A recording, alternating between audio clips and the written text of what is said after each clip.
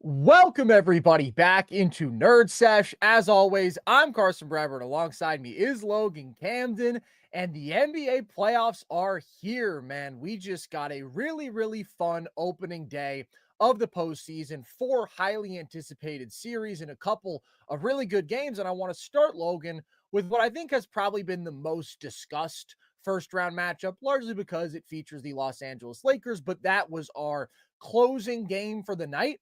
And it was a convincing victory for the Minnesota Timberwolves. They led this one wire to wire and were comfortably ahead for a majority of it. What did you take away from the T-Wolves really dominating game one? Well, I was really impressed with the Timberwolves supporting cast, their defense, their shooting, and their rebounding. Specifically, what we got out of Jaden McDaniels and Naz Reid. Agreed. McDaniels has been Naz Reid. Hey, we're back. NBA playoffs. Naz Reid Mm-hmm. made his name well known last year. He's adding to it this year. Jaden McDaniels had a career year this year, and we were waiting to see if it was going to translate into the playoffs. And he had a huge game, 25 points. Naz Reid gives you 23. And the Timberwolves as a whole outshoot the Lakers, which is something that I don't know if I expected to happen in any single game in this series, considering the spacing issues that we've seen from Minnesota. But Julius Randle shot the ball well from behind the arc as well. He goes 4 of 6 from deep. Overall, they outshoot LA by 18 points from behind the arc, 21 to LA's 15. And they hold LA to 95 points total all day. Um, and I was really impressed with Anthony Edwards and how he was able to play make in this game, Carson. We've been talking about that's the next step to him really realizing his full potential as an offensive player. And I think there are other things on the margins that he can do, but that's the really big thing for him, right? And I thought he really dealt with double teams well in this game. I thought he played really composed and in control. He didn't try to do too much. He let the game come to him. And he, picked his spots pretty well. He hit a couple of big threes. He got downhill at some moments. I wish he would have finished a little bit better in this game. That's the only gripe I would have, but I thought he made really well. And I thought Julius Randle played okay. 7 turnovers. I think he needs to protect the ball a little bit better, but he shot well from deep. And there were moments in this game where I thought he made pretty well, but he didn't have a lot of his black hole tendencies today. He was playing pretty unselfish, sharing the ball, and it's a really good team victory for Minnesota. I'm not going to count LA out because I don't think anybody can hold Luka in this series. I think that Luka is going to get his, and I think that is a huge advantage for LA. And I don't expect Minnesota to shoot as well as they did in this game, but I didn't expect LA to just roll over this Minnesota team. I think it's going to go the distance, and I think this is going to be a battle the whole way through. I think Minnesota just was the better team in this one.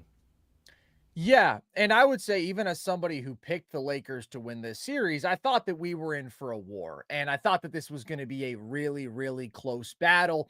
And I know that because it's the Lakers and because they have Luka and LeBron, there are some people who can be so confident that they're just going to walk through anybody who they face, right? And I think if you came into this series with that view, then this was a real wake-up call. And like there is no denying that Minnesota can 100% win this series. Now, I think the Lakers are capable of playing much better basketball than they did today, but they really cannot contain dribble penetration from Anthony Edwards in this matchup. And we knew this coming in.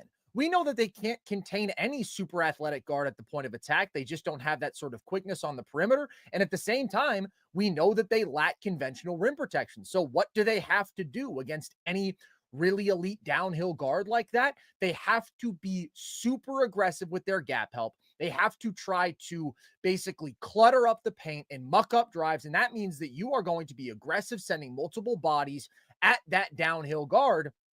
And if he makes the right reads and if he makes the kick out passes and the dudes around him make a lot of open catch and shoot threes, well, then there's really just not much you can do. Like their entire strategy has to be predicated upon keeping Anthony Edwards away from the rim because if he gets to the rim, they can't stop him. They don't have that rim protection. But if the Wolves are going to shoot 50+% from three and Ant has 9 assists to 1 turnover, like he looks comfortable taking what they're giving him, the Lakers aren't going to win the series if the Wolves shoot this well. Do I think that they will shoot this well going forward, 50% from three? No, it was a phenomenal sort of magnet ball performance, but at the same time, they're getting a lot of really good looks. And I think you have to give a ton of credit to the supporting cast for Minnesota for making these shots. Naz Reid, man, the quickness of his release at his size, his ability to just spray off the catch with just a sliver of a window is so impressive. He really is such a sick offensive player. And then Jaden McDaniels, as you mentioned, really came into his own in the second half of the season as an offensive player, and he knocked down all of his triples in this one. But I thought what was honestly more impressive was his ability to attack closeouts, to get into the lane, to make some of those touch shots. He was also really active on the offensive glass. So those guys did their jobs, taking advantage of the opportunities that Ant is creating for them. And so even though I think the Lakers have like obvious personnel limitations that force them to adhere to this one defensive scheme, which is going to allow open catch and shoot threes to some of these guys, they're just going to have to dare them to make shots. I think they can do a better job of flying around and closing out better, but like those shots are going to be there overall. But the Lakers also just like didn't feel like they approached this game with the necessary intensity for game one of a really tough playoff series. I thought their transition defense was bad. Minnesota outscored them like 26-5 or something in terms of fast break points. And I thought their physicality wasn't there. Again, I thought that their activity on closeouts wasn't what it needed to be. You also saw after the first quarter, Minnesota just crush LA on the glass. It was really surprising. First quarter, the Lakers have 5 offensive rebounds. They had 11 second chance points. Given how much size they're conceding, you did not expect that. But then from that point forward, Minnesota really was able to capitalize on their size advantage on the glass. And they're just the bigger, more athletic team. And that's going to be a challenge for LA in this matchup. And that's why when they're really knocking down their perimeter shots, they can just kind of crack you in the jaw. And LA just did not have the response needed. Minnesota came out ready to kick ass. They made their shots and they cruised to a win accordingly. That being said, I do think LA can improve in a number of ways from their performance in game one. What are you expecting to see from them in terms of improvement? And where did you think that things really went wrong for them in this one? Yeah, I don't think they're far away at all. I thought one of the worst stretches was in that second quarter that you're talking about. We see a 23-6 run from Minnesota in the second quarter. And that's the uncharacteristic part for LA, right? You never expect this offense to stall out. And I think it's important that you mentioned that Minnesota's blistering hot shooting, it just gives them every component of the game, right? This is a big team that's good on the glass and that's good defensively. And so if they're hitting their shots too, they check every box. And so they're a really complete team when they've got everything clicking. In that second quarter, they also go 38-20. And so I thought they were worse today in the, mostly offensive minutes from Austin Reeves. I thought Reeves was a little bit off. I think he's got to play a little bit better. I think it's a tough matchup for him because of all the really good perimeter defenders and the athleticism and size that he's playing against in Minnesota. So it's not going to be an easy series for him. But I think Reeves can play better. I think LeBron can play a lot better. And honestly, I was disappointed in the Lakers' offensive supporting cast as a whole. Hachimura, DFS, I'm just expecting more from everybody except Luka. Luka, I thought, played as well as you can expect. I mean, he had 16 first quarter points. I think he's going to get whatever he wants in this series, and I don't think you can ask him for anything else. But I think some things are going to balance out in this series.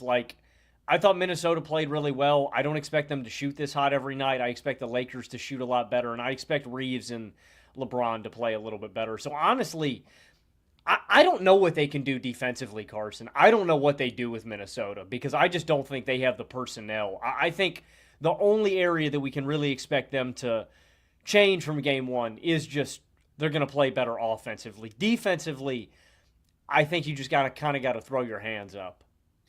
I kind of agree. I think they can just execute their scheme better defensively. I think they can be more consistent with their effort, but I see what you're saying. And the reality is, Minnesota's going to have a good offensive series, like especially if they shoot the ball well. Now, there are certain guys who you're going to have to dare to make those shots consistently. If it is Julius Randle from beyond the arc, if it is Jaden McDaniels from beyond the arc, but if they are going to make them, yeah, then the Lakers don't really have a good answer on the defensive end. Where I do expect to see them improve significantly is on the offensive end, because I thought a number of players were below their level in this one, like specifically LeBron and Austin Reeves. Those are two guys who they just need to be better. This is an offensive big three, and it was really only Luka who was amazing offensively. Like you said, I thought that he was phenomenal, cooking Rudy off switches. I thought he was really impressive, bullying some of the smaller perimeter defenders like a Jaden McDaniels or Nickeil Alexander-Walker, and just working his way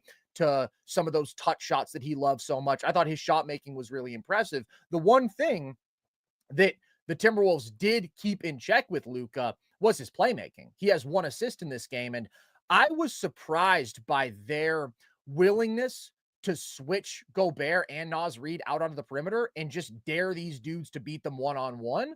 It's interesting, but what I've consistently said about Luka is like his greatest superpower, especially at this point when he hasn't been as consistent as a scorer this season, is his passing. And this is something that we saw from Boston, right? You dare Luka to beat you one-on-one more often and limit his playmaking impact. That was a successful strategy for Boston. I think that they have the better defensive personnel for this matchup, though. Like, I think Luka is going to be able to get what he wants as a scorer, and I think he will be more impactful as a playmaker. I think that LeBron just did like his signature game one thing, man. It was quintessential game one LeBron, where he's just like feeling things out, was settling a ton, very reliant on the jumper in this game, didn't assert himself whatsoever in the first quarter, did not have a point or an assist in that period. So they need a lot more out of him. They need him to be more aggressive. They need him to leverage his physical advantages more. And Austin Reeves like had a nice third quarter, but he was doing nothing in the first half offensively. All the while,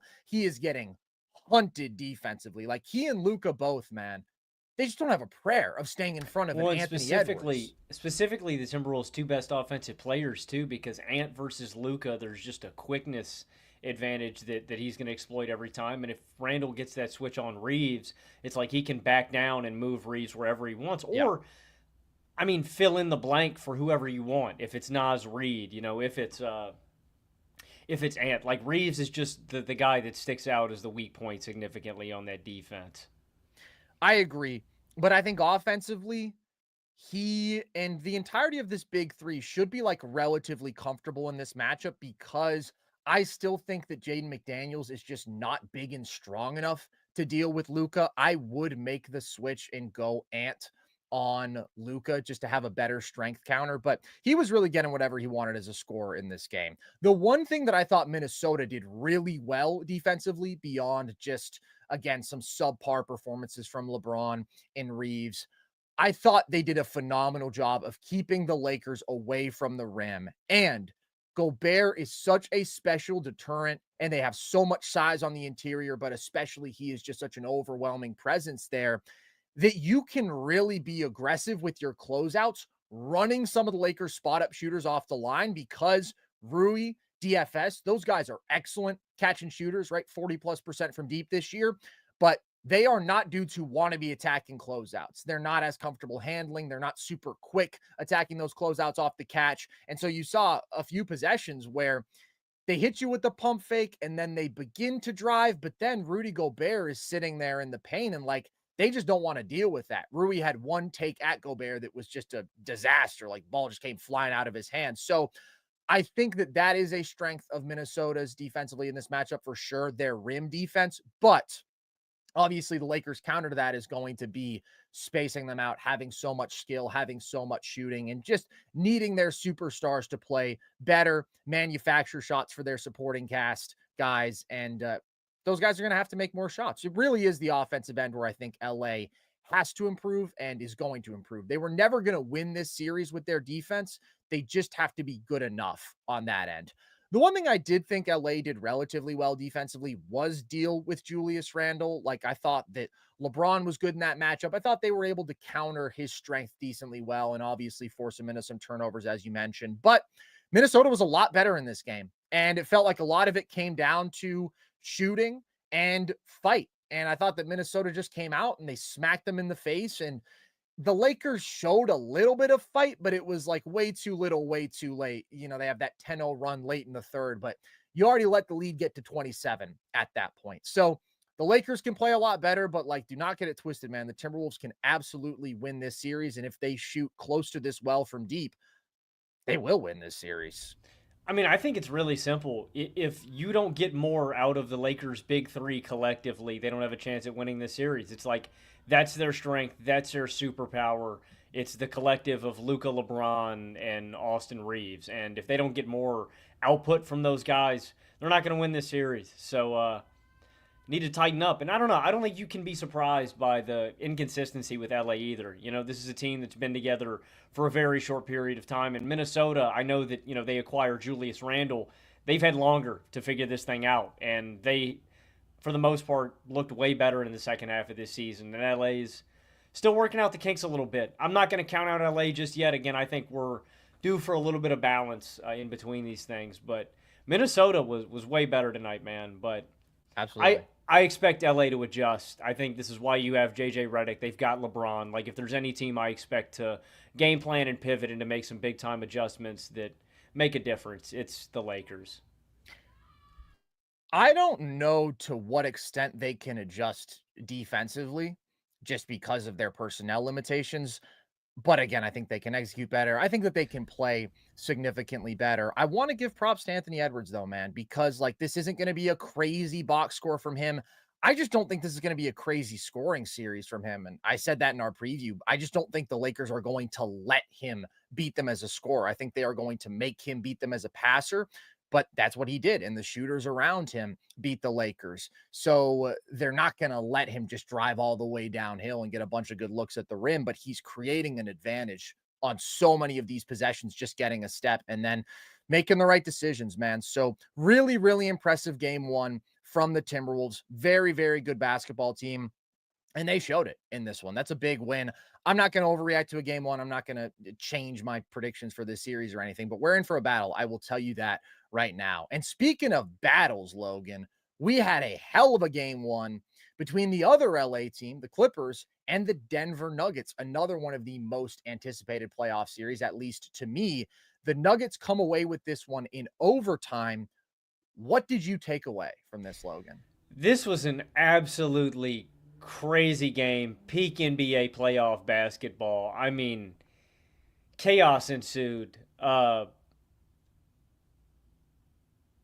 have a lot of thoughts. I'm not super confident, even though Denver wins this game in overtime in my Denver pick in this series, just because I don't know how the hell Denver is going to guard James Harden or Kawhi Leonard. Like, I don't know what they do. Harden got whatever he wanted. Kawhi, I feel like, is going to be able to bully guys with his strength.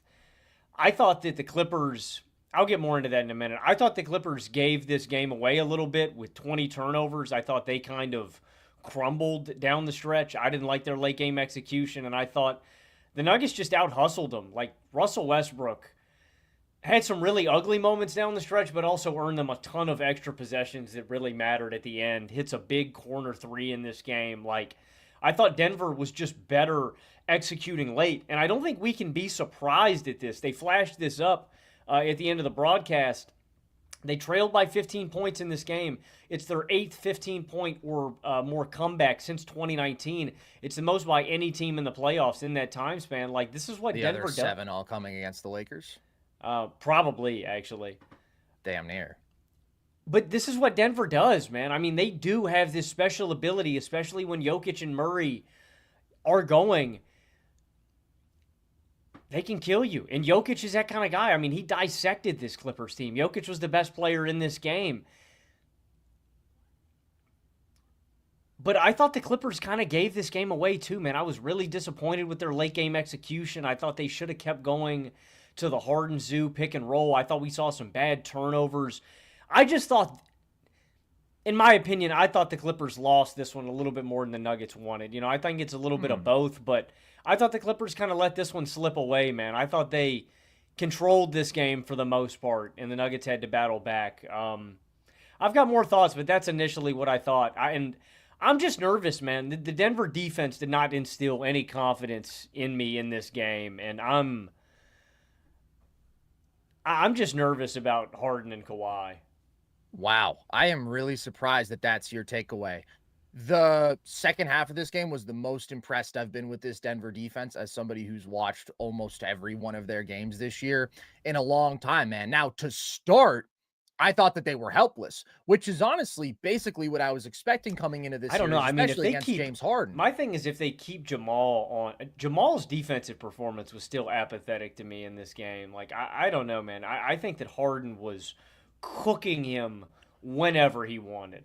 That's not apathy, man. They don't have anybody who can stay in front of James Harden one-on-one. So that's a problem they don't have a solution for. Guarding Harden in isolation, he's just too shifty. He's going to get a step. He's going to And get he's the going to angle get that whenever he float. wants. He's going to get that Yeah. floater every single time.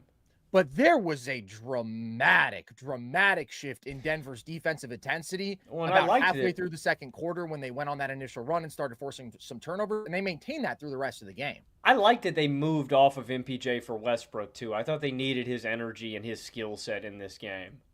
Yeah, he made some big plays. I thought that this game was just like the ultimate full service Russell Westbrook experience, all the highs and all the lows. But I was really impressed by Denver's defensive turnaround in this one because I thought they were going to have major problems guarding the Clippers, doing anything to make them uncomfortable. And I thought that specifically James Harden just being such a problem in isolation. And I don't have faith in Denver's perimeter personnel to guard him one-on-one. I still don't after this game, but I was even more concerned about them guarding Harden Zoo pick and roll. And I thought that you saw all the reasons why at the start of this game, where they're bringing two up to the level, but Harden is such a good playmaker. He's making the right read every time. And then Zoo is picking them apart off the short roll, where he's a very solid passer. And Chris Dunn is perfectly timing his cuts from the corner. So they're just getting a bunch of easy offense when they bring two up to the level.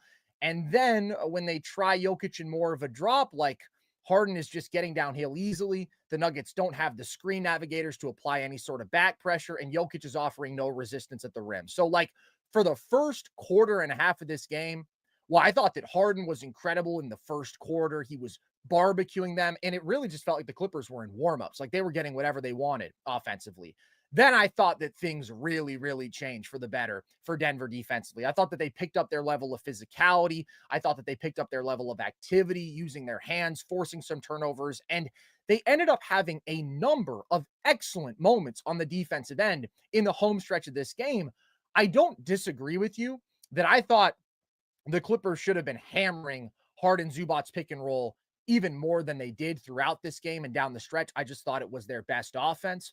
But I thought the Nuggets were defending it so much better in the fourth quarter and overtime because if you're going to play where you put two on the ball in pick and roll, there's a few things you have to do. First of all, you have to actually pressure the ball. And that's something that the Nuggets this year have not done all that much. There's been a lot of Jokic sort of playing half-heartedly up at the level. And now you're kind of putting two on the ball without even reaping the benefits of really pressuring the ball handler. But you have to pressure the ball handler. And then you have to swarm the big off the catch. You have to tag the roller, get up and be physical with him, right? Make his catches difficult. And you have to just fly around on the back end and be ready to cover up any sort of cuts and be ready to fly out and contest shooters. And the Nuggets were finally doing that stuff towards the home stretch of this game. And I thought that they had some of their best defensive possessions of the year putting two on the ball. And that was really encouraging to me.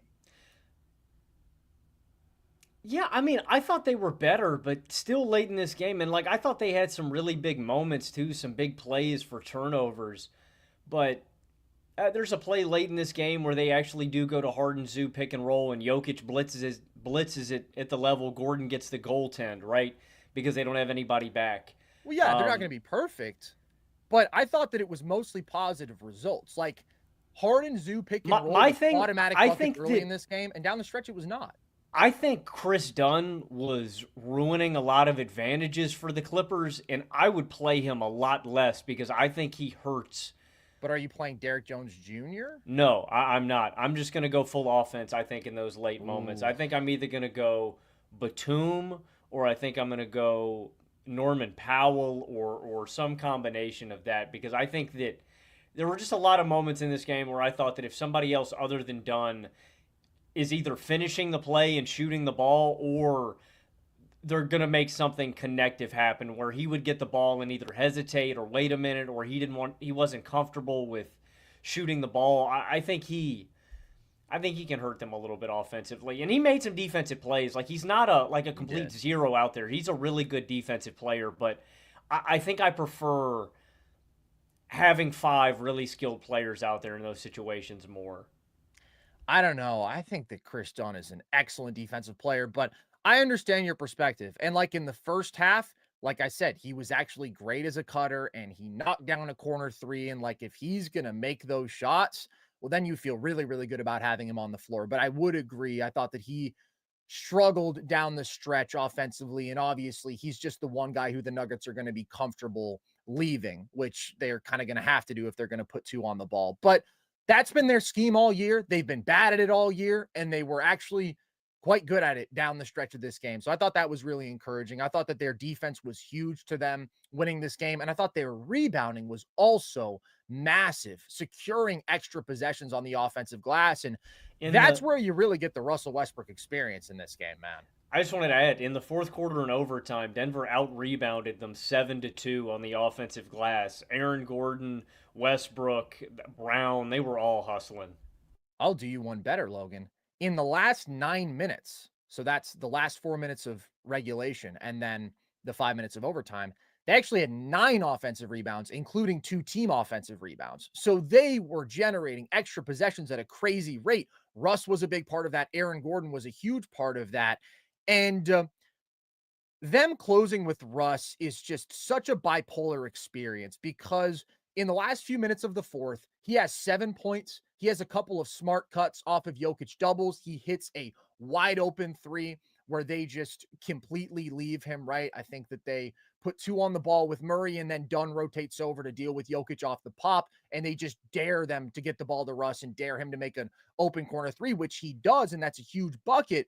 But then from that point forward, and for the entirety of overtime, like, he's just not getting guarded. And there's a few possessions where that's super damaging to the Nuggets offense. Like, you have the last possession of regulation where they just hit Jokic with the surprise double. He finds Russ wide open, but Russ doesn't want to take that initial jumper. And then Russ kind of just dribbles out the clock and they don't even get a shot up. There's another possession in overtime where Chris Dunn just like totally left Russell Westbrook to immediately blitz Jokic off the catch, and he forces a turnover. And then there are the possessions where they get Russ the ball, he's wide open, he takes a shot, but like that's the exact shot the defense wants him to take. Or you have he also had 2-on-1 where he drives right at the rim and misses. Well, he also has one where he hits Aaron Gordon off the short roll when they double team him. He has a play where he knocks the ball off of Harden that forces a turnover. Like, to me, it's the perfect yin-yang moment of Russell Westbrook. Like,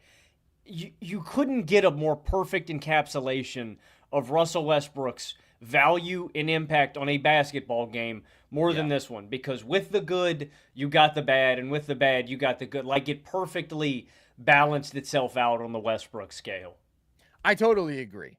And I do want to give him full credit for all the positive plays that he made because there were a bunch of them, like so many high effort plays. I thought that he was a clear plus defensively. You mentioned that final play on Harden off the inbound, but like the offensive rebounding was absolutely massive. So you have this weird dichotomy where it's like, okay, offensively in overtime, so many of our possessions are turning into Russ shooting these open looks that we don't want him taking as the Nuggets, and he's missing them. Russ goes 5 of 17 in this game, but then he's also winning you possessions, and that's like the difference in this game is your ability to control the glass and your ability to turn things around defensively, which he's a big part of because the alternative MPJ, like, obviously changes the dynamics offensively with his shooting, but defensively not engaged, not going to bring the same athleticism, not going to bring the same effort. So I was nervous about them closing with Russ. It ended up working out. It ended up being that he made just enough positive plays to offset the negatives that come from his lack of shooting and defense's willingness to try to dare him into taking some of these shots. And props to him for making that impact. Going forward, though, I think you look at MPJ and you have to say, like, dude, really? You need to lock in. Yeah, man, he's Michael Porter Jr. I mean, just the offensive gap playing alongside Jokic and Murray is I think so they massive. So massive. The Nuggets were having to play 4-on-5 basically in overtime with a hell of an offensive rebounder out there, but that's not an ideal lineup to finish games with. I tend to agree, and I think that the Clippers have those.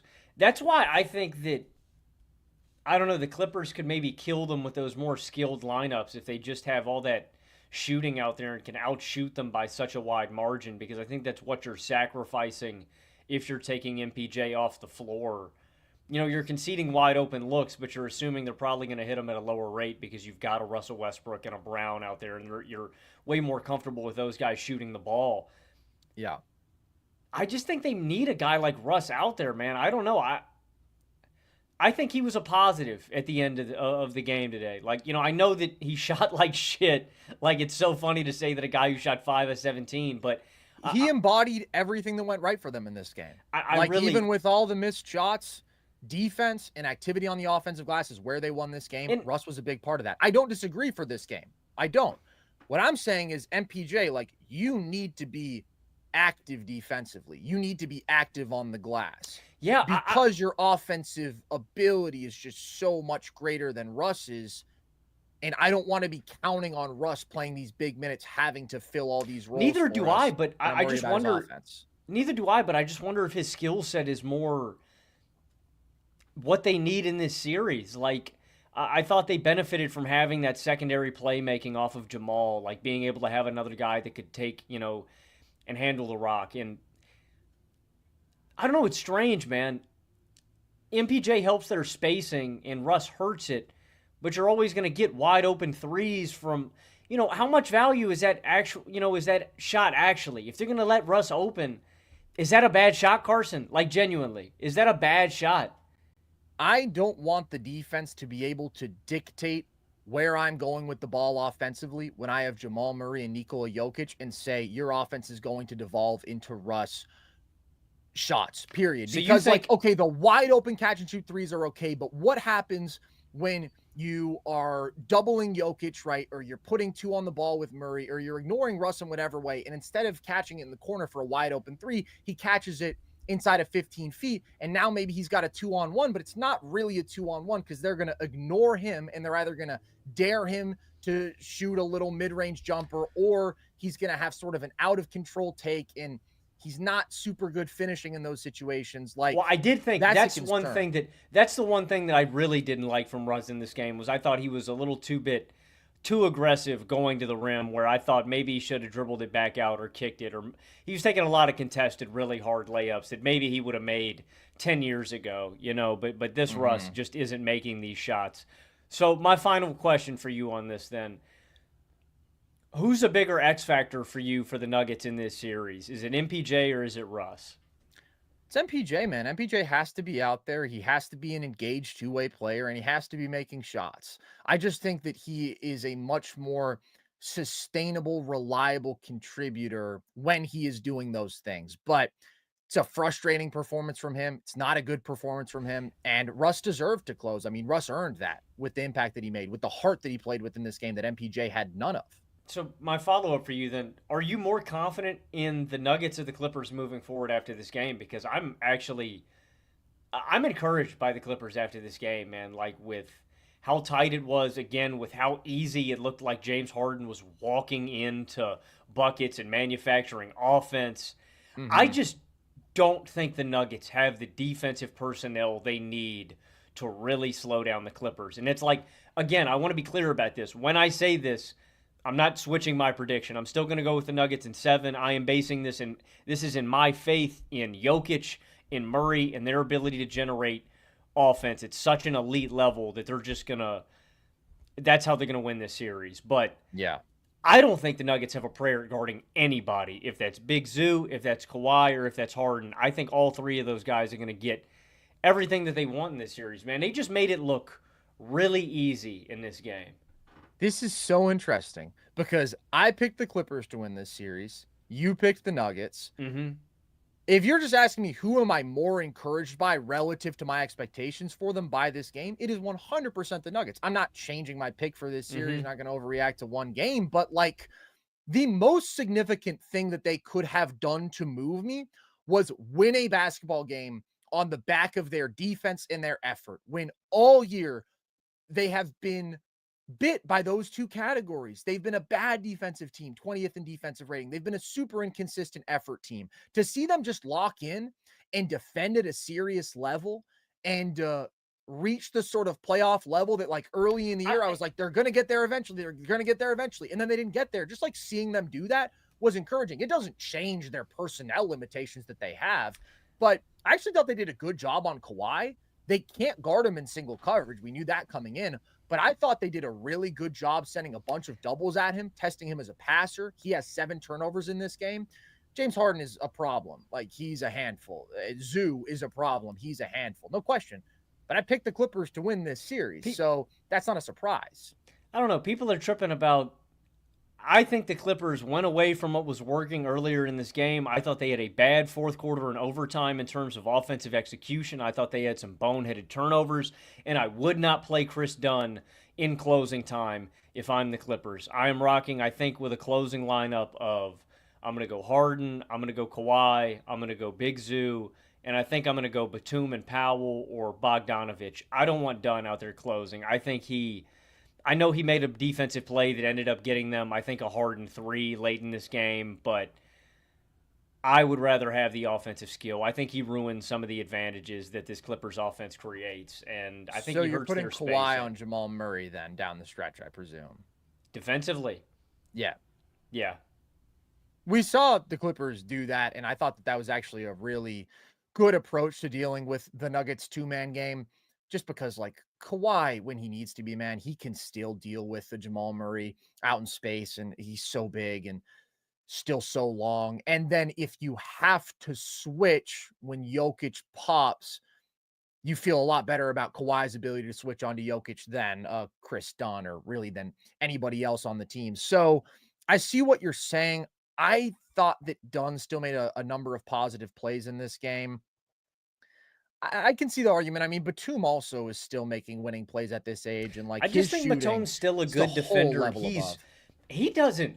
That's what I love about some of these veteran guys, and they don't fear the moment, man. They've played in Not at so many all. big games at this point in their career that it's just second nature to them. Batum's so clutch, man. Yeah, dude, and he's ridiculous. The no dip threes, like his release is just so high and so quick. That's Bob one of Meyer the said he was most 6'11" on the broadcast. That cracked me up. Height inflation has gone too far. We're calling Nick Batum damn near a 7-footer. That was crazy, but he's really good still. that three he hit, that grenade was like an 100% contested three. It was. I do think you're talking about liking the offense that the Clippers manufactured. Again, I thought that life got a lot harder for them in the second half of this game on that side of the ball. I also would say I think the Nuggets can play better offensively than they did in this one. Part of that is having MPJ on the floor more if he's engaged defensively. That's just where he has to buy in. But offensively, like, he is still a weapon as a shooter and is capable of making some big time jumpers, raining threes down on you. Jamal, I thought, didn't have his most efficient game and was kind of off as a scorer for most of the night, but I really, really did like the Murray Jokic two-man game overall and the shots that they were able to generate. I thought that most of Jamal's good looks in this game came versus Zoo in drop coverage. And then because Zoo is so rigidly playing drop, like, they're getting Jokic a number of good looks off the pop. And one thing that I really liked from Jamal was he was very intentional about getting into the paint versus Zoo on drop. So at that point, because Jokic is popping, like, they'll initially leave Jokic off the pop, but you can't just abandon him there. So at that point, you pass off the responsibility to Chris Dunn. He's got to go out there and deal with Jokic off the pop. And then Murray's going to drag Zubac out to the perimeter. So he's forcing a switch.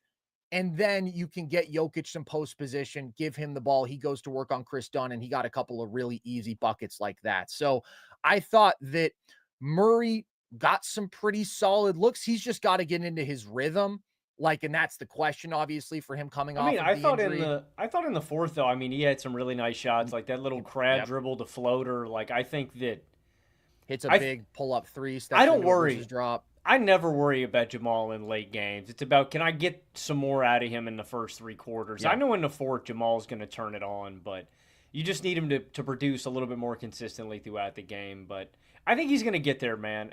He doesn't look physically poor. You know, it's not like No. there's no injuries or like there's nothing actually, I think, limiting him physically.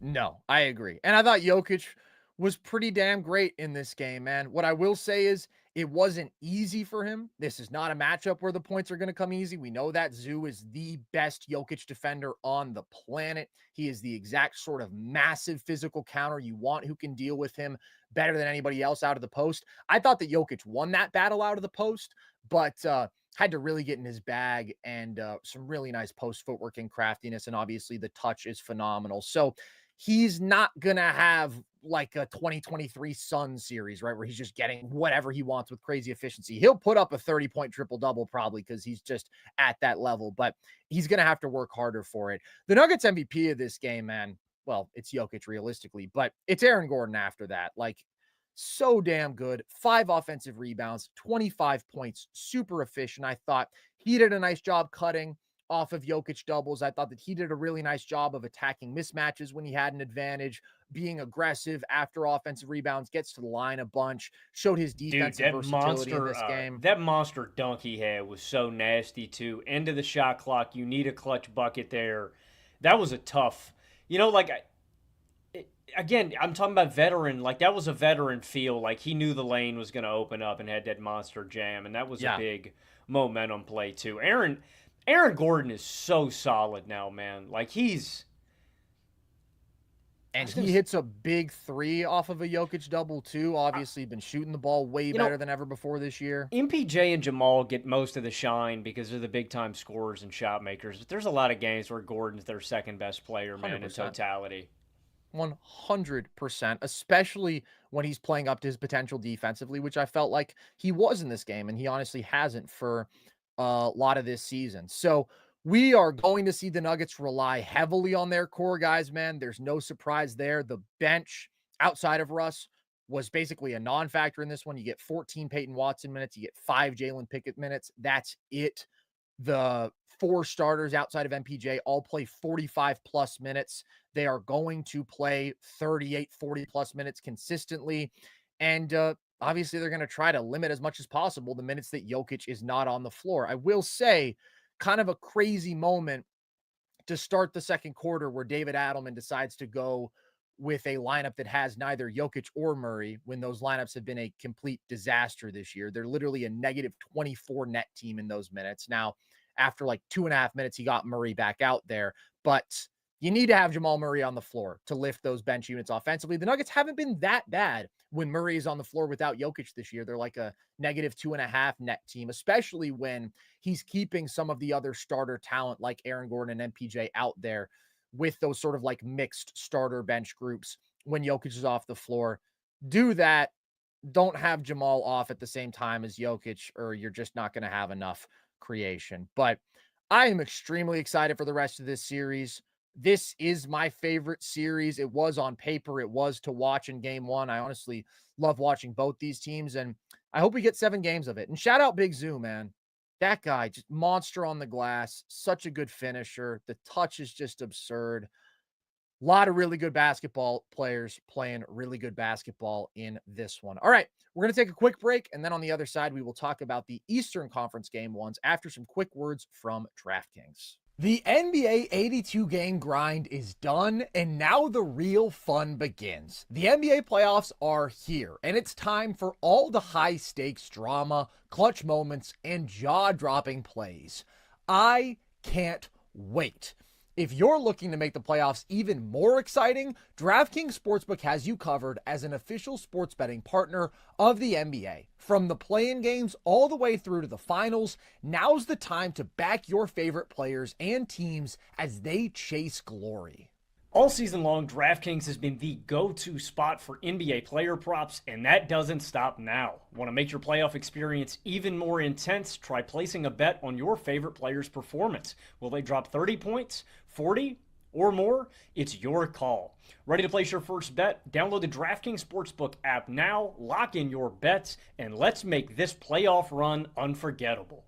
Here's something special for first-timers. New DraftKings customers bet $5 to get $200 in bonus bets instantly. Make it a playoff run to remember with DraftKings. Download the DraftKings Sportsbook app and use code NERDS. That's code NERDS for new customers to get $200 in bonus bets when you bet just $5. Only on DraftKings. The crown is yours. I feel like I didn't give enough credit to James Harden for his performance. I feel like I focused a lot on what went right for the Nuggets, and deservedly so. They won the game, but Harden is playing the best he has in years, man. And this is the dream matchup for him, even though I thought they did a much better job of, again, Jokic pressuring him up at the level and defending some of those 4-on-3s on the back end. Like, they still don't have anybody who can guard him one-on-one. They still don't have real rim protection, and I thought he was the most comfortable finishing that we've seen him in the playoffs in a while in this game. Like, he played really, really well, and he's been playing really, really well for an extended stretch. So honestly, I kind of think he's going to be the Clippers' best player in this series. Like, I think I the do Nuggets too. have more potential to throw Kawhi off by just continuing to send a bunch of doubles at him. I think Harden is just in control. He's locked in as a scorer, and this is a really good matchup for him. So I am just so excited for the rest of that battle. Let's talk about Knicks Pistons, Logan. This was a game that the Pistons were leading. I mean, it was back and forth, but then they built themselves a bit of an advantage. And then all of a sudden, a 21-0 run basically clinches a Knicks win in the fourth quarter of this game. What did you think changed so dramatically then to make this a Knicks win? You could have predicted it. I mean, I think it is the most predictable thing that could have happened in these game ones, and that's that the Pistons offense stalled out in crunch time. It was a real meltdown. You mentioned it, a 21-0 Knicks fourth quarter run. It's a 33-14 Knicks run in total to end the game. They shoot the Knicks 17 of 24 from the field in the fourth quarter. The Pistons shoot just 7 of 22. And on the day, the Pistons had 19 turnovers to the Knicks just 9 turnovers.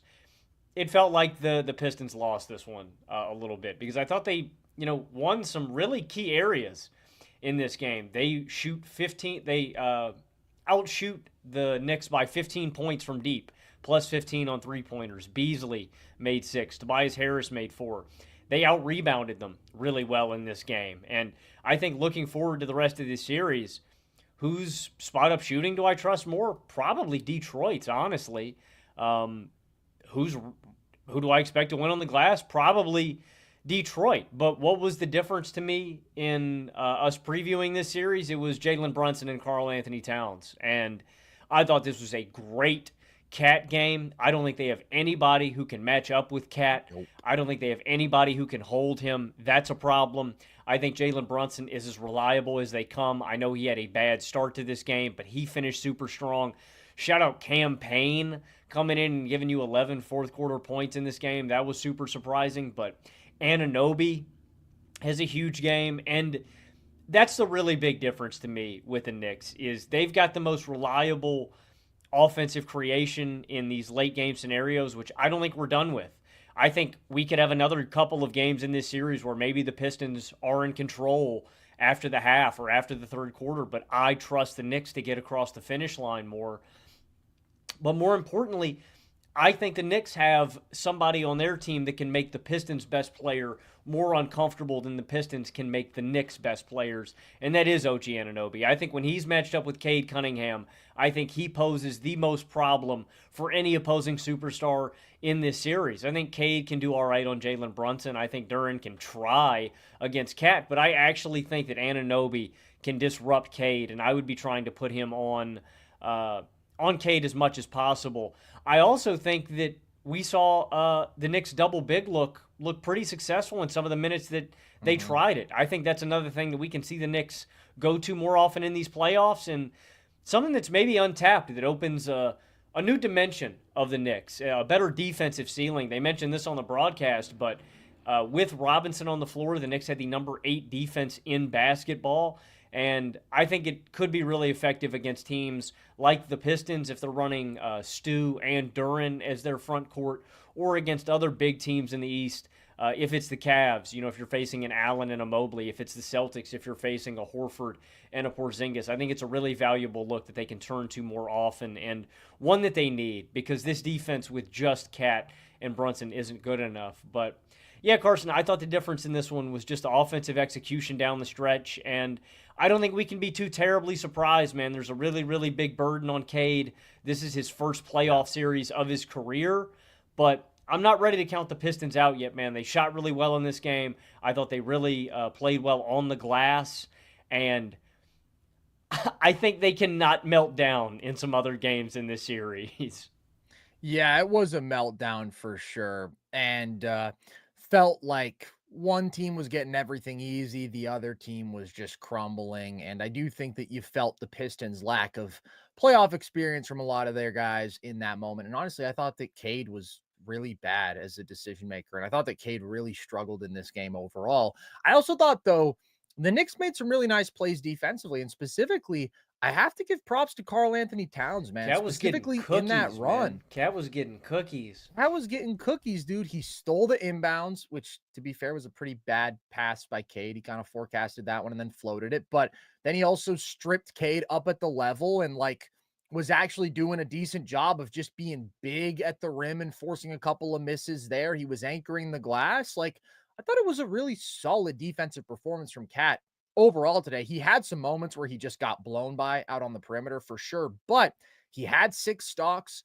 I thought that he was able to play Cade pretty well out of pick and roll, showing up at the level. Like there was one time where Cade split the pick and roll and just got to the rim, but overall, he kind of struggled against those looks.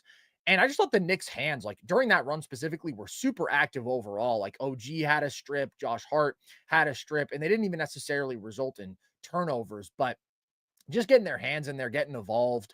And the Pistons were really bad taking care of the basketball, especially Cade. And that kind of just compounded where you're turning the ball over. Now the Knicks are getting transition chances. Campaign can't miss. I mean, he was really impressive, dude. I've said I don't really want Campaign playing in the playoffs. I apologize, Cam. You made some big shots. You know what I was thinking about, man, during the game? From how far away do you think you could tell it's Campaign shooting a jump shot? Like, if you're up in space, how many miles high do you have to go before you're like, I can't tell if that's I Campaign? could be on the moon. I think I could go somewhere pretty far out in our solar system. Yeah. Distinct looking fellow with a distinct looking jumper, but he was balling today. It's ridiculous, man. He looks like Don't be I, mean. I don't even know. No, dude, I can't even describe him because I haven't watched it enough. He looks like them little droid things in Star Wars, man. Like with the weird. Like an R2D2 style droid or like a battle droid? Yeah, like a battle droid. Like how their Oh, I see. knees Oh, because of bend. the the forehead. I And wasn't sort of even like the going with. slanted I forehead. wasn't even. Honestly, it was just the bend in the knees. I wasn't even Yeah. thinking about the forehead. But He's kind of droid top to bottom, I guess. But shout out to him, man. He was locked in I, today. I've also doubted Campaign in the past, man. He balled. He balled. He New did York ball. was electric, dude. That was the environment was. I love when MSG gets rocking like that. MSG was rocking. Also, shout out Ball Arena. They were rocking in Denver. That was It loud was as hell, loud, too. yeah, bruh. Yeah. I did think that beyond just that one run, though, like you did feel the difference between the team's respective best players in this game as offensive engines because both of them came out cold. I mean, they were both struggling, right? Jalen Brunson started this game 2 of 13. Cade was 2 of 7 at some point. I mean, he was really inefficient until he made a couple shots in like the last couple minutes. And I thought Dennis Schroeder was doing a really good job on Jalen Brunson. He can be such a hound as a point of attack defender. He's so quick. I thought that Asar was really good. I mean, keeping his hands very clean, right? Not fouling, and is just so quick laterally. And then he's so long, he's so big, he's so athletic. Like, that's the kind of guy who I think can smother Brunson at times as a smaller guard. So they had good personnel to guard him. They were doing a good job, but then gets to a point where Brunson's shot making gets going. He's hunting a matchup that he likes in Tobias Harris, who he's able to blow by and get past him. And like, there's just such a high floor with Brunson because he's always going to get to the line, shoots 10 free throws in this game, and he's just going to carve his way into the paint so much. And it's not necessarily getting all the way to the rim, but he's going to get to those short jumpers and those floaters. And eventually they're going to fall at a good enough rate where he's going to be super productive. And like, this was not a game where it was like, oh my God, Jalen Brunson. It was a terrible start for him to this game. And then you look up at the end and he's got 34 points on 54% true shooting, not good efficiency, but not disastrous considering how he started. And he's got one turnover. Like, he is just more equipped to be a consistent offensive number one than Cade, who I thought really did struggle in this game. And props to OG Anunoby, man, because he gave Cade some real trouble. Cade, we know, doesn't have that sort of lightning quickness where he's going to blow by you a ton, he's right? Strong though, man. He's strong. He's strong. Exactly. He's 6'6". He's at least 220. He uses his strength a lot, but against OG, he doesn't have the strength advantage. He can't move OG, right? He can't go through him on these drives. So you see against Mikal Bridges, Cade just looks so much more comfortable because he's the one dictating the physicality terms in that matchup. He's the bigger, stronger guy. When it's OG, OG's the bigger, stronger guy. He's the more physical guy. And I thought that he did a phenomenal job on him in isolation. I thought they defended him well out of pick and roll. So 6 turnovers for Cade, 8 of 21 from the field. That honestly even overstates his shooting performance on the day. It was a rough offensive showing from him, and Detroit needs him to be a lot better. And he has a difficult task because he is burdened with basically all of the creation in this matchup. And the Knicks know that. And that's why they're going to put their best perimeter defender on him. And that's why they're going to put 2 on the ball so consistently out of pick and roll. Like, there is a tremendous burden on him to be really good offensively, but he has to do that because he is this team's lone real creator. The shooters around him did their job. And like, shout out to those guys. Detroit is really interesting in that there are certain lineups where they're playing multiple non-shooters, like Asar and Duran together. But the guys who are shooters are fucking shooters, man. Malik Beasley is one of the best in the league. Tim Hardaway Jr. has the strap. Tobias Harris, especially in this game, had the strap. He had 22 points in the first half. So the Pistons shot 47% from deep. They did their job around Cade. It's just on him. If the Pistons are going to win this series, he has to be really, really good. And that's a lot to ask, but that's just the reality.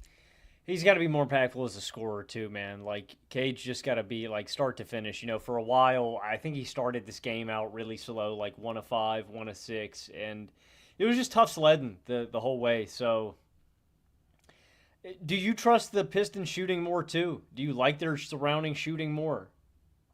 Like, specifically their 3-point shooting compared to the Knicks? I don't know. I think the Knicks are a really good shooting team. They just don't shoot a lot of threes.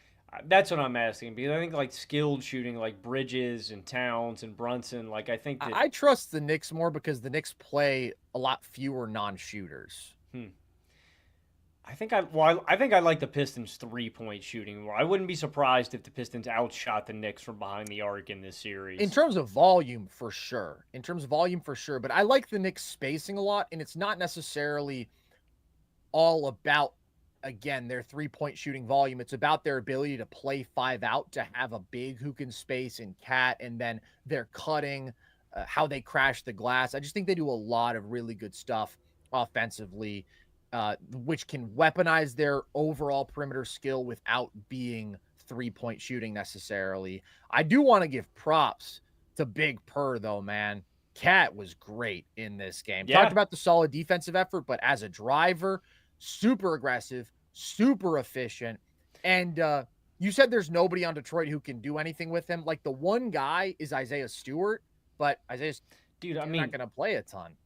He's getting a lot of Tobias Harris, and he's going through Tobias Harris. Cat was pulling a ton from deep, too, and he just looks more confident than ever. I don't know if it was this regular season with this team. I don't know if it's all the spacing that he's got, you know, in contrast to dealing with Minnesota last season. I don't know if it's the, you know, experience in totality now, the confidence that he's built from having such a career year in New York, but Cat looks more of a problem than he ever has before. Like, he just looked so like I hate using this cliche, but like he looked so locked in today. He just looked like nothing was going to For slow sure. him down. And to me, he's the X factor. Like he's the guy that just Detroit, like I said, can't do anything with. I don't think they've got anything Yeah. for Cat. Yeah, he's a problem, man, especially when those little touch shots in the lane, those runners are going and he's playing under control as a driver and the spacing around him is good. Like he is a serious, serious problem. The double big looks, I liked. I thought it was pretty good in this game. The holdup for that with me is Detroit is not the sort of team that's going to punish them for going double You big. think one of these quicker, like what I Boston think the could kill Boston him? Celtics are the team that's gonna Yeah. punish them for having 2 bigs on the floor, and they're gonna make those dudes guard and space a ton, and that's just not gonna work. That's where I think it gets exposed, and unfortunately, that's what's coming next for the Knicks, but I could see this being a really effective look in certain matchups. I could see it being an effective look they go to more in this matchup, and, like, Mitchell Robinson's just a good basketball player, man. You can't underappreciate that. His defensive versatility, being capable guarding in space, but being a good rim protector. He is such a great offensive rebounder. Like, I really liked his minutes, and, I guess it's just hard for me to be, like, too optimistic about anything long term with the Knicks because I just know what they're headed for next, and it's gonna be kind of a demolition, but I'm very confident that they're going to beat the Pistons. I was confident about that coming in. Seeing how they performed today, seeing the job that OG did on Cade, like he was just phenomenal defensively. And then offensively, he was aggressive. He's been more aggressive than ever offensively, like especially in the stretch where Brunson was out towards the end of this season. He's playing the best basketball of his career. He was attacking the glass. He had 7 stocks. They just have more really good basketball players. Detroit, I think, has a lot of really solid guys. They have a lot of competitive dudes, and obviously they've brought in more of those like veteran pros with Tobias Harris and Malik Beasley and Tim Hardaway Jr. But still, how solid the Knicks top 7 is, it's a big advantage. There are more dudes with the Pistons where I'm like, I just don't know if I can really trust you in this spot, in this role. So good game 1 win for New York. Let's talk about the final matchup, which was actually the first game played today, Logan. Bucks Pacers. This was basically route, like it ends up being a 19-point game. The Bucks made it a little more interesting towards the end, but this was at 30 at some point early in the third quarter. What did you take away from this one? I think the Pacers are the second biggest threat to Boston in the East, man. I mean, I think they've I think the Pacers are the real deal. I mean, Tyrese Haliburton is one of the best offensive engines in the NBA today. Indiana turned out a 125.1 offensive rating in this game, and it may not appear fully in the box score, but I thought he played a phenomenal game, just what he always does, playmaking, uh, making good decisions with this offense, getting the ball to the right guys. And it's because they have such elite complementary pieces to Halliburton. Siakam is such a good guy to have alongside him. They play and complement each other so well. So is Miles Turner. And, specifically, I thought when they were running pick and rolls against like a Brook Lopez, like if it was Siakam and Turner picking and popping, I thought they did a really good job with that. But I also thought they did a good job of being patient and waiting for Lopez to get drug into the action or get to drug on to a different space on the court, and then back cutting behind Lopez and just good timing on there to get easy shots. And those guys are so skilled.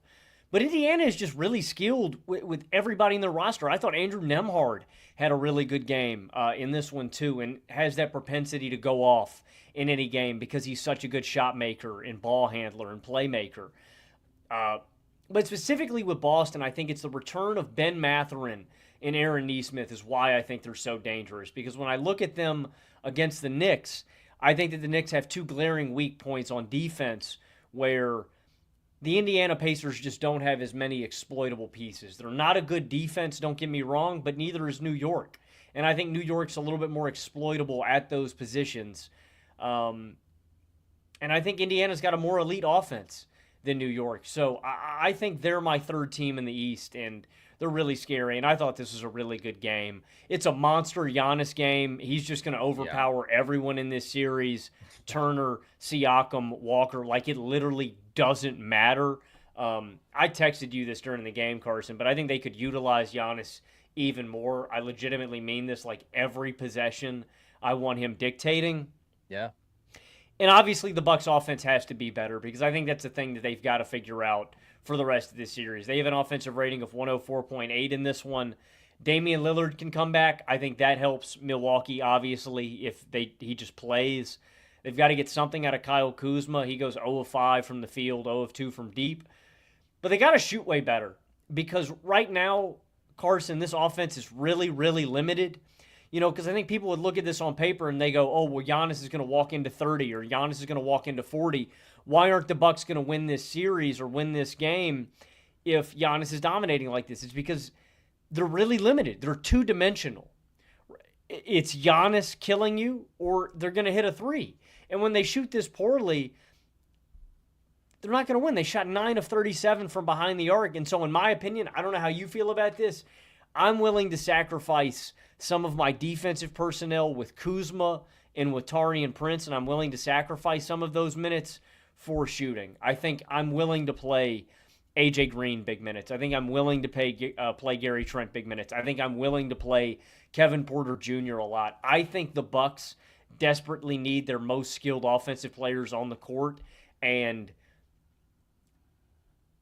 it may not be their best team collectively, but specifically in this matchup against Indiana to keep up, I think they just need their best offensive players out there, and you need your most reliable shooters. They can also just defend, I think, way better in space. It's easier said than done against Indiana, but I also thought this was a pretty poor defensive performance from Milwaukee too. But it starts with them playing better offensively to get back in this series, and Dame can get out there, Kuzma can play better. I think it starts with playing better shooters and trying that. I think that's the best route for Milwaukee in this series. Well, the exact dudes who you were shouting out, those are the dudes who they went with down the stretch when they actually were playing pretty solid basketball. Like the Giannis plus bench group, him out there with AJ Green and Gary Trent Jr. and Kevin Porter Jr. and Bobby Portis, they played totally solid minutes. In fact, I think all those bench guys actually had positive plus minuses on the day. The problem was the Bucks starters outside of Giannis in this game were awful, dude. None of them could make a shot. Kyle Kuzma was horrific in this game. He had the Tony Snell signature, man. He had the 20 plus minutes, 0.0 rebounds, 0 assists, 0 of 5 from the field, though 0 of 2 from the line. Really bad decision making. I wish they had kept Chris Middleton, man. I do too, man. Now, I do think that Kuz can play better than he did. I do think that he can be a valuable personnel piece for them in terms of having a switch everything lineup where he can be in your front court. But he's got to be a lot smarter. He's got to be more engaged. He's got to be better as a shooter. He has to do everything better than he did in game one because he was really, really bad out there. But probably the most problematic Milwaukee Buck is Brook Lopez, who I said coming into this series is just going to get destroyed on the defensive end in this matchup. And lo and behold, dude, he got destroyed. Tell me what you think about this. I mean, are you in this matchup? I'm kind of just willing to go Giannis at the 5 and figure it out. Yeah, I think your front court for a majority of your minutes should either be Giannis and Portis at the 4 and 5 or Kuz and Giannis at the 4 and 5 because Brook is just going to get destroyed, man. I found this stat. I went back and watched all the pick and roll possessions from this game. When the Pacers ran pick and roll involving Brook Lopez, which they did 11 times, they generated 1.63 points per possession, Logan. That's a 163 offensive rating. On their other 28 pick and rolls that didn't involve Brook Lopez, they generated 0.86 points per possession. So the Bucks actually defended pretty well. That's crazy. They just cannot have slow-ass Brook Lopez playing drop coverage against the Tyrese Haliburton, Miles Turner pick-and-pop attack. I said this coming into the series. Hallie is at his best as a pull-up shooter from 3 against drop. He's at his best getting to his floaters against drop. And, of course, Miles Turner is one of the best pick-and-pop bigs in basketball. Man. And McConnell. It's like, dude, all of their guards are engineered to, like, abuse that kind of coverage. Well, and the bigs are the even bigger problem, man. If it's Turner or Siakam popping, both those guys are especially like and 38% on above the break threes. especially what I was mentioning earlier, man, because Lopez is so slow when he gets involved in that other action, he's not quick enough to recover and block shots on back cuts against his own man. So, I mean, dude, he can't be involved in the action at all. Like, he is a complete and utter liability, man. Like, I'm bordering on. I can't believe I'm saying this because I have such a respect for him. I'm bordering on, like, he's unplayable in this series.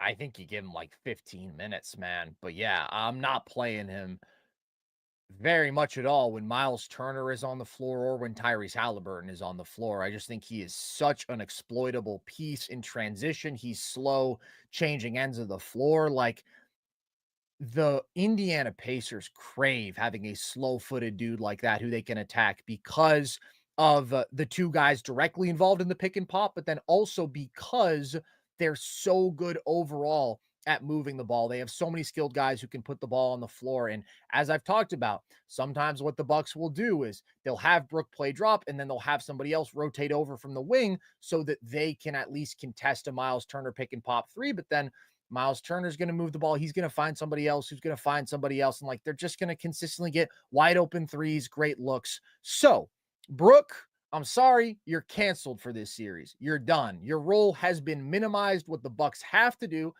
unsurprisingly, is lean into more switch heavy lineups. And I actually thought they were able to make the game kind of interesting when they did that. When they went with Bobby Portis instead of Brook Lopez, which allowed them to switch those pick and rolls. And it's not like Portis is great guarding in space, but you stop constantly putting yourselves at a disadvantage and just hemorrhaging the exact looks that Indiana wants when you at least force Hallie to beat you as a scorer versus a switch, right? You force him to make a pull-up three over you, and he was off as a shooter today. It's just at least more difficult for Indiana, and your whole defense is quicker, more active when Brook is off the floor.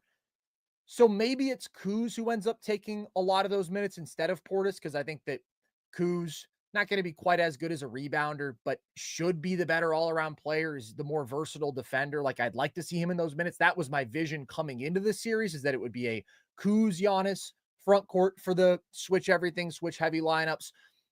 I'm hopeful that Kuz is able to earn those minutes. I understand why he didn't get them in game one with how he was playing, but I also think with that Giannis plus bench lineup that they went with, like, it's exactly what you said, Logan. You got the shooting that you needed. Like, AJ Green and Gary Trent Jr. stepped up as actual perimeter shot makers. They made 7 of Milwaukee's 8 threes in this game.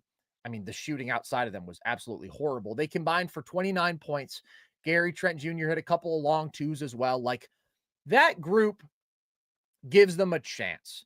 And hopefully, maybe instead of Portis, Kuz gets his head out of his ass, and then he can be a functional part of those switch everything lineups with shooting that has been better as of late, right? Over his last 15 games, he was 37% from deep, but that's still a big question. I just don't want to have to play Bobby Portis a ton of playoff minutes, but you want to maximize your shooting around him and you want to maximize your defensive versatility in this matchup because you know that Giannis is going to go insane. His last 15 games, he's averaged 36, 12, and 6 versus Indiana on I mean, 70% true shooting. yeah, He literally gets whatever he wants. I think it's just important that they try to keep up with Indiana because I don't think that they're going to be able to get stops against them, even with this lineup. I think the lineup you're describing is going to give them the best opportunity to slow them down. Yes. I just think they have such glaring point of attack personnel limitations against Haliburton and Harden, guys like this, that even if they're able to stop them on ball, I think these guys are going to be able to generate good looks for their teammates because that's what this Indiana offense does. So I think that's the best chance that they have with that lineup defensively, but you've just got to maximize your offensive possessions against Indiana. But I basically feel like they're doing both. I mean, I just think some of their bench players are better than their starters, especially in this matchup. Yeah, that's fair, man. Ultimately, though, I mean, I guess what I'm getting at is I don't think it's going to be enough for Milwaukee. I just think they're outmatched here, man. Indiana's offense is so damn good. And honestly, they just have way more quality basketball players. Like when I look at the top two with Milwaukee, and again, this is still hypothetical because Damian Lillard still is not come back and been on the court yet for Milwaukee. So their top two, you may prefer to uh, Haliburton and Siakam, but Haliburton and Siakam are still one of the top 15 duos in basketball if they're not top 10. Like they're great. Miles Turner is awesome and has a very valuable skill set at his position. And then you look down the roster and it's like Nesmith and Mathurin, two athletic defensive wings who can shoot. McConnell and Nembhard are two really good guards who can get their own shots and create shots for others. Like the Pacers are just deep, man. They've got a lot of guys that can give them really good performances on any given night. And it's their depth and their identity. It's what makes this team special, man. And it's Haliburton and Siakam at the top, too. I really like Indiana, man. I think that they're the second biggest threat in the East to Boston. And I might be closer. I don't know. I want to see Dame out there before I make any big declarations. I'm slightly moving closer to Pacers in 6, man. I really like Indiana in this matchup. I do think that the Pacers have built a really good basketball team. They have built a very cohesive roster with a lot of good players. The Milwaukee Bucks have one all-time great, and they have just done a terrible disservice to him with the dudes that they've put around him. And that is the case even when Dame is on the floor, because Dame, with his defensive issues, the offensive fit not being what you would hope, like with Giannis at this level, it's just a shame that the Bucks haven't put the dudes around him to make this an elite basketball team. I still think just having a healthy level of respect for Giannis, you think that he'll will the Bucks to a couple of games in this series, but I mean, he had 19 at half in this one, a super efficient 19, and the Bucks were down 24 points, man. Like one man cannot do it alone. They have to play the right guys around him, and those guys have to play well. I do think Giannis is going to average 35 a game in this series, though. Like he's I literally was either thinking, walking to the rim or getting fouled all game. I was thinking about it. What's the promo called? The king of the court, DraftKings. I'm mad at myself that I didn't mention Luka because I think Luka's Those are got my top two candidates. I picked Jokic. I still like my pick for Jokic. Yeah, but that series could go 7. You know who the cheeky pick I think is? Who? Harden. I think Harden's the cheeky. That's cheeky. Pick. I think he's going to have a really good series. I still think it's not as consistent as Giannis literally just getting to the rim. Who was your pick? Giannis was my pick. Are you sticking? You're sticking with it? Fuck yeah, bro. Are you kidding me? He gets whatever he wants against his team. Like, they're literally having to foul him, and I'm like, that is the right choice. Wrap him up, hack him, make him beat free throws. Because even though he's a 60% free throw shooter, that's 1.2 points per possession. That's super efficient offense. I'd rather have that than letting him get all the way to the rim, which is what he's going to do otherwise. True. That's true. So, like, I do think the Bucks found something with that Giannis plus bench unit. I think that they found the group that checks the most boxes for them. But at the end of the day, I am more comfortable riding with Indiana. I am more confident in them because they just have so many good players. And, like, I thought Hallie was phenomenal as a decision maker in this game.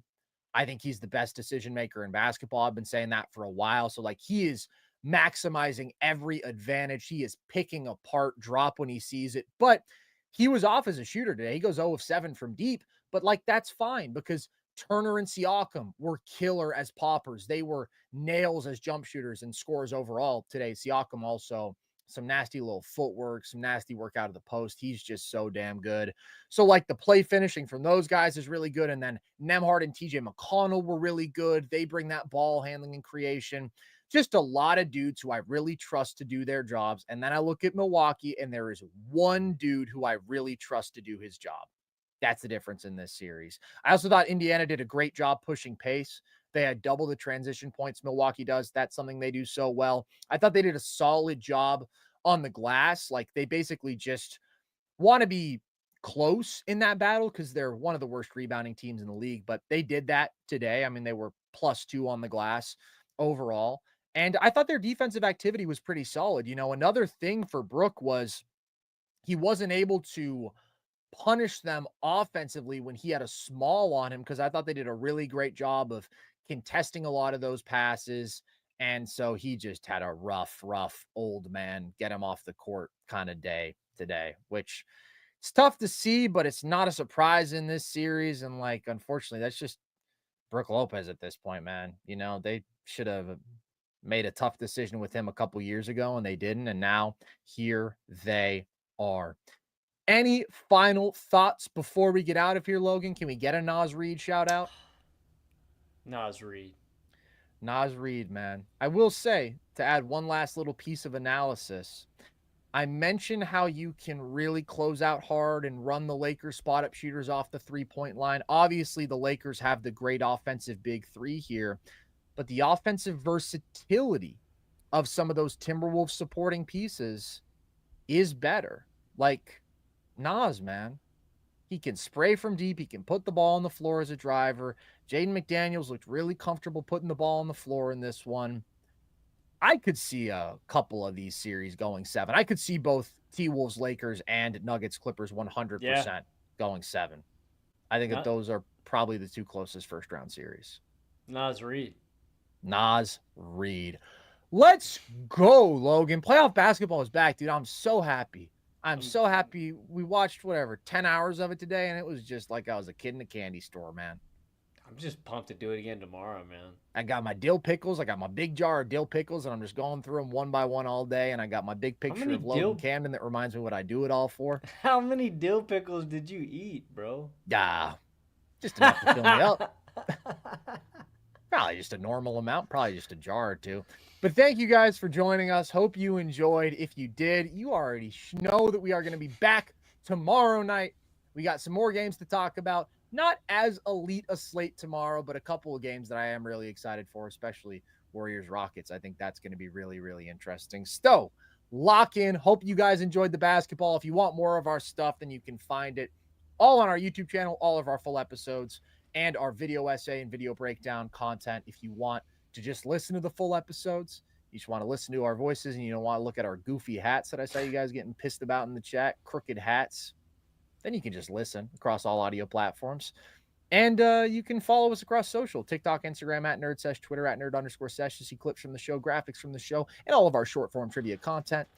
And if you want, you can join our Discord. That is linked at the link tree across our social media bios if you just want to be a part of our community and chat with the gang there. So with that, as always, I've been Carson Brabber. I have been Logan Camden. And this was NerdSesh.